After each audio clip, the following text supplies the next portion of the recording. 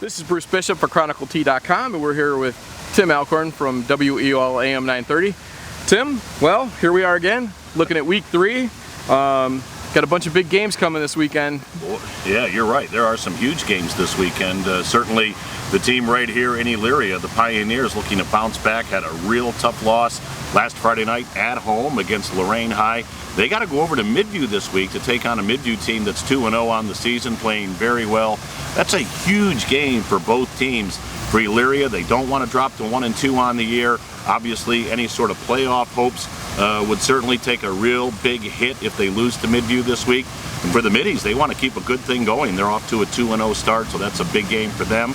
The game we have on WEOL, great rivalry game in Lorain County.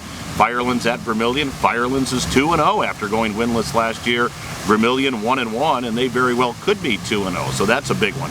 Twinsburg at Avon. Avon, a powerhouse in the county, 2-0, taking on a traditionally strong Twinsburg team that's pretty good coming into that one. We'll have that on stream 2. Galleon and Keystone. Not a lot of people talking about Keystone, but they're off to a 2-0 start.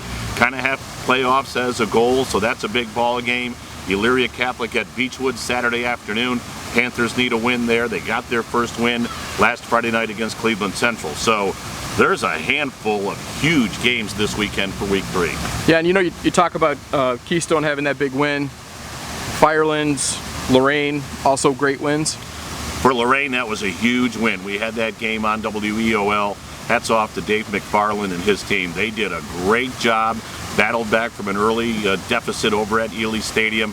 Tell you what, Dave McFarland is a terrific coach. Of course, he spent time here in Elyria, at Elyria Catholic, was at Oberlin, Berea. The guy does a phenomenal job. That was a big win for Lorain. And as I mentioned, Keystone now off to that 2-0 start, coming off a very successful campaign last year, looking to build on that. And they kind of have playoffs on their mind. They want to be a postseason team. So that was a big win for them.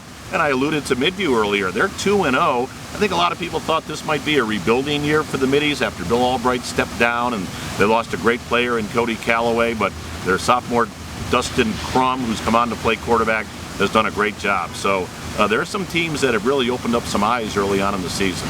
All right, so last week we had our X Factor. We talked about the weather, and it definitely turned out to be one.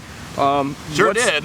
Yeah. What's the X Factor for this weekend? What are we looking at? I think the X Factor is more of a psychological thing than anything else. If you're an 0-2 football team right now, and there's several of those in the area, the worst thing that you can see is an 0-3 start. That is so tremendously challenging to build yourself, or excuse me, to dig yourself out of.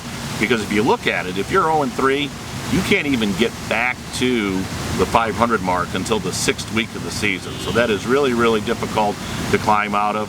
And psychologically, for the teams that are 1-1, it's also big to get over that hump and get to 2-1 on the year. So the teams that haven't had a lot of success so far, this is a big week for them. All right, Tim, thanks a lot. Weeks are going fast already. We'll meet up next week and see how everything went. Looking forward to it. Thanks, Bruce. Thanks, Tim.